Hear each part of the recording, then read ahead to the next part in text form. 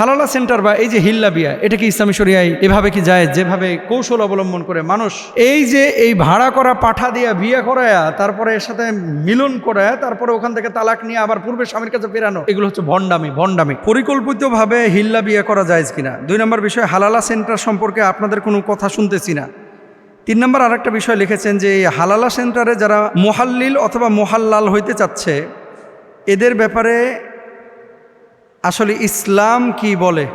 নাউযুবিল্লাহ। আসলে ইসলামটাকে শেষ করার জন্য কতভাবে যে চক্রান্ত, ষড়যন্ত্র এবং বদমাইশি হয়, এটা আসলে বাংলাদেশ আর আফ্রিকার কিছু দেশেই সম্ভব।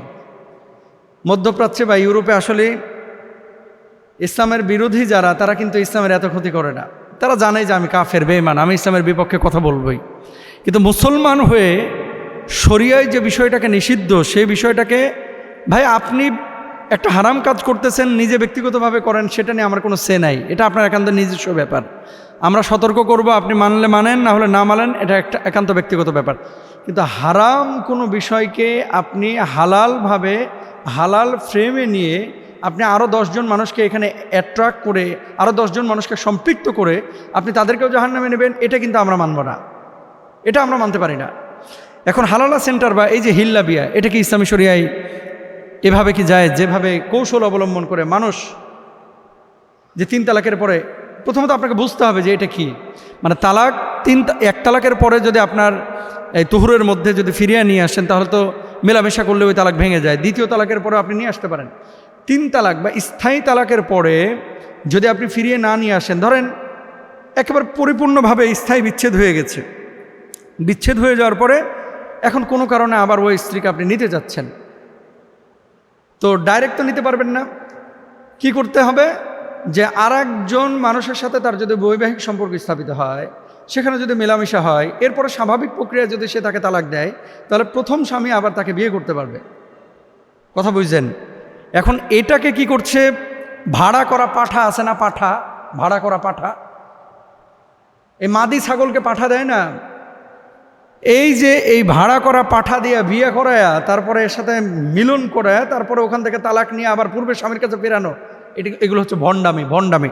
রাসূল আকরাম সাল্লাল্লাহু আলাইহি ওয়াসাল্লাম কি বলেছেন দেখেন।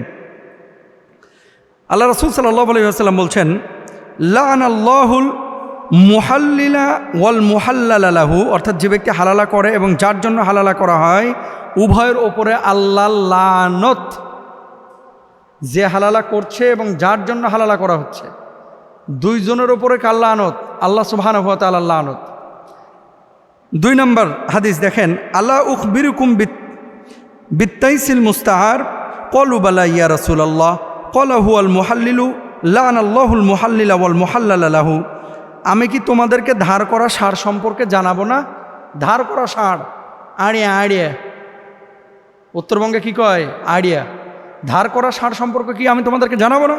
সাহাবীগণ বললেন, অবশ্যই হে আল্লাহ রাসূল সাল্লাল্লাহু আলাইহি ওয়াসাল্লাম, আপনি জানাবেন। তিনি বললেন, সে হলো হালালাকারী ব্যক্তি। আল্লাহ লানত করেছেন হালালা সম্পাদনকারী এবং যার জন্য তা করা হয়।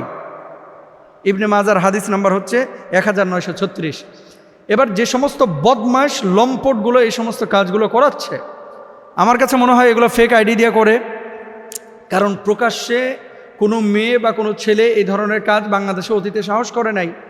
আপনারা জানেন যে বিদেশ থেকে অনেকে ফেসবুক পেজ খুলে বিভিন্ন হুজুরদের নামে ফটোকার্ড বানায়, উল্টাপাল্টা কথা বলে। আবার অনেক সময় উল্টাপাল্টা মেসেজ আপনারা দেখেন যে ফেসবুকে বিভিন্নভাবে কিন্তু এখন ক্রাইম হচ্ছে। তো ফেক আইডি থেকে এভাবে হালালা সেন্টার খোলা হয়তো বা হয়েছে, আমি এগুলো জানিও না বলতে যখন আলোচনা হয়েছে সোশ্যাল মাধ্যমে, তখন দেখলাম যে কিছু একটা এরকম হচ্ছে। এরপরে এটা নিয়ে স্টাডি করলাম, দেখলাম যে মেসাকার অবস্থা, নাউযুবিল্লাহ, এগুলোকে ইসলাম অনুমোদন করে না।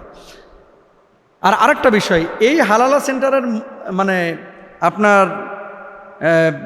মুহাল্লিল হওয়ার জন্য, হালালা সেন্টারের মুহাল্লিল হওয়ার জন্য, মানে ওই পাঠা হওয়ার জন্য, ষাঁড় হওয়ার জন্য যারা ফর্ম পাঠিয়েছে বা বায়োডাটা পাঠিয়েছে, এদের জন্য এক বুক আফসোস যে এরা আসলে কেমন মানুষ। না সোশ্যাল মাধ্যম বুঝে, একজনের সিভি বায়োডাটা চিনি না জানি না, মুহাল্লিল হওয়ার জন্য পাঠিয়ে দিলাম। মানে এগুলো হচ্ছে জেনা করার জন্য, আকাম করার জন্য এই সিভিগুলো পাঠিয়েছে। বড় বড় হুজুরকেও দেখলাম, সাধারণ মানুষকে দেখলাম। যদি সত্য হয়ে থাকে, এগুলো তো ফটোকার্ড বানায়ও তো অনেকে সিভি বানায় ফেলতে পারে। যদি সত্য হয়ে থাকে, এই সমস্ত বদমাশগুলোকে কোনো প্রতিষ্ঠানে নিয়োগ দিয়েন না, কারণ এদের কাছে আপনার সন্তান নিরাপদ না, এদের কাছে আপনার ছেলে মেয়ে নিরাপদ না, এদের কাছে আপনার মেয়েকে যদি বিয়ে শাদী দেন, এই বদমাশ বিয়ের পরও দেখবেন যে এরকম আকামের জন্য আরেক জায়গায় তালাশ করে বেড়াবে। জেনাকাররা যেরকম বদমাশ, এগুলো কিন্তু সেরকম বদমাশ। এই জন্য বি কেয়ারফুল। কোনো ধরনের এই সমস্ত কাজ এগুলো ইসলাম অনুমোদন করে না। আল্লাহ তাআলা আমাদেরকে বোঝার তৌফিক দান করুন। ইসলামিক লাইফ, জীবন গড়ুন কোরআন সুন্নাহর আলোকে।